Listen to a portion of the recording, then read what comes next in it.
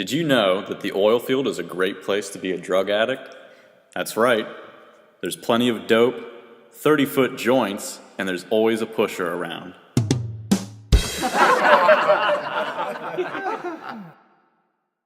Today, we're going to be talking about the United States, specifically early history and production, drilling offshore, drilling in shale, and politics. History of oil in the United States. In 1859, Colonel Edwin Drake discovered the first oil well in the United States in Titusville, Pennsylvania. Drake was attempting to find oil that could be refined into kerosene to use as a substitute for whale oil in lamps. At a depth of 69 feet, Drake struck oil and it caused the country's first oil boom. A bookkeeper named John D. Rockefeller took note of the oil boom and realized that he could capitalize on the new industry by creating refinery factories. Rockefeller's company, Standard Oil, expanded rapidly and soon became the largest petroleum company in the nation.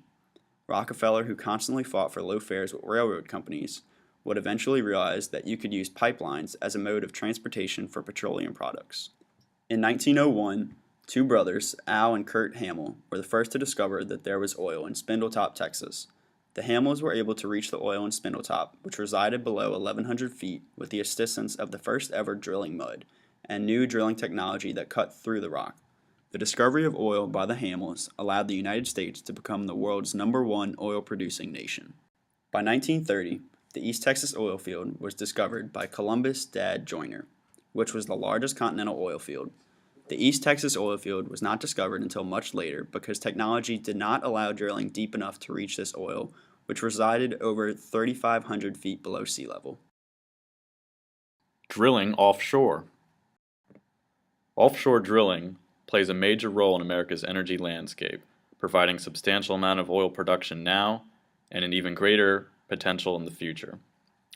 Offshore drilling in the United States began in the late 19th century.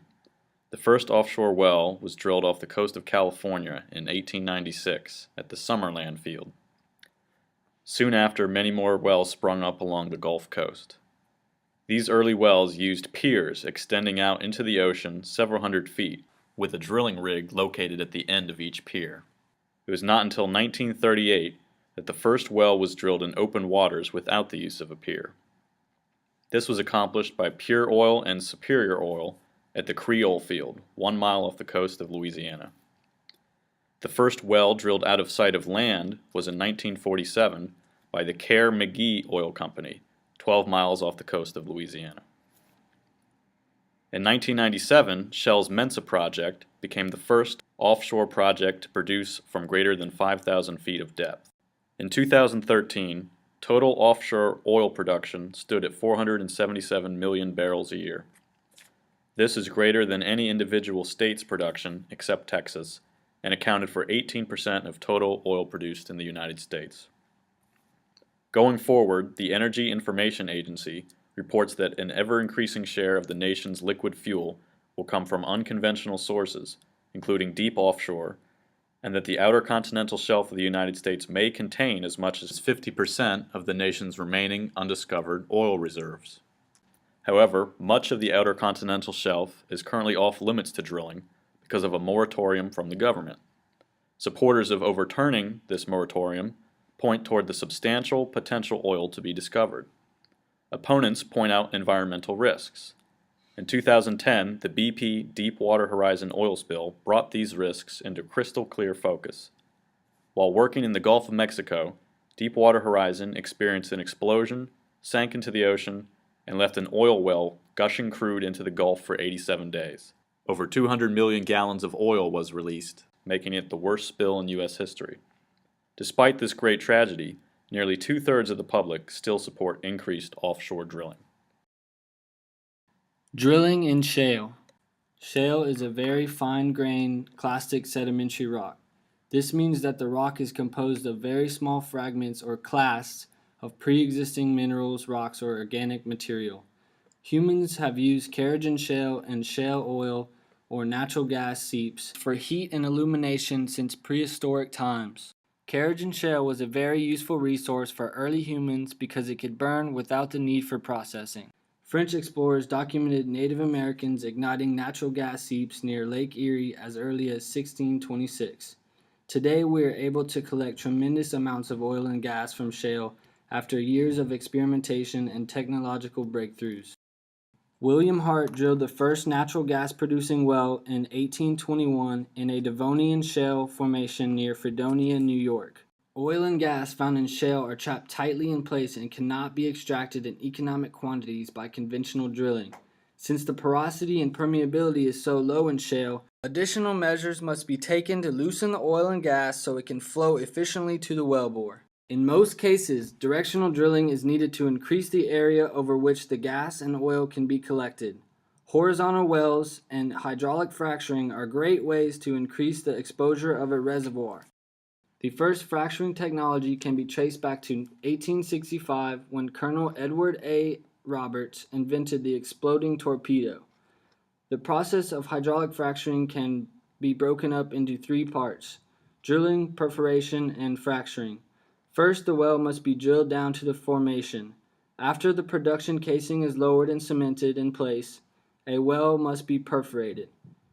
After the first perforation is made in the casing, the fracturing can begin. Fracturing fluid is injected into the well with extremely high-pressured pumps, fracturing the rocks and creating avenues for oil and gas to flow. After each fracture, the well must be plugged, perforated, and fractured again and again until the entire horizontal section is complete. The top shale production in the United States comes from the Bakken Shale in North Dakota and Minnesota, the Eagle Ford Shale in south-central Texas, the Permian Shale in West Texas, and the Marcellus Shale in the northeastern United States. Today, the Bakken Shale produces 1.2 million barrels of oil and 1.5 billion cubic feet of natural gas per day. The Eagle Ford Shale produces 1.6 million barrels of oil and 7.5 billion cubic feet of natural gas per day. The Permian Shale produces 1.8 million barrels of oil and 6 billion cubic feet of natural gas per day. The Marcellus Shale produces less than 200,000 barrels of oil and around 16 billion cubic feet of natural gas per day. Policies in U.S. oil. U.S. oil laws were derived from English common law, specifically the rule of capture. The rule of capture decided ownership of land, or in our case, resources on the land, according to who first captures it or extracts its resources. The most basic form of land ownership is known as fee simple. Basically, a fee simple says the landowner owns all resources and property above the land as well as below it. Because mineral veins in oil fields aren't contained to a single plot of land, people began drilling quickly and inefficiently so as to draw as much resources as possible from the site. This led to individual states deciding how mineral rights were owned in reference to the land. Mineral rights are the ownership of all minerals, oil, and gas beneath a plot of land. These rights can be leased or sold. Typically, when rights are leased, the lessee pays a fee up front to secure the rights, which in turn allows them to enter the property and test the quality of the resources. They are given an allotted time of ownership, during which the lessee may pay annually to maintain rights, test the resources, or begin extraction of the resources. The lessor, or a landowner, can profit from the lease in three ways: a bonus, which is a payment to insure the lease; rental, which is the annual fee to maintain rights; and royalties, which is a portion of the gross income of the company.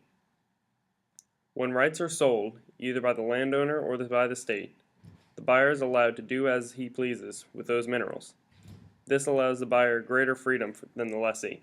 Policies surrounding the export of U.S. petroleum goods are currently under debate. Finished petroleum products can be exported as desired and have steadily increased to 2,660,000 barrels per day in 2012, from just 502,000 barrels per day in 1983. Unlike finished products, crude oil currently has a limit on the amount which can be exported. Oil companies are currently lobbying against this limit, claiming that a lift on this limit will help the American people by reducing domestic oil prices. Today, in our discussion of the United States, we covered early history and production, drilling offshore, drilling in shale, and politics.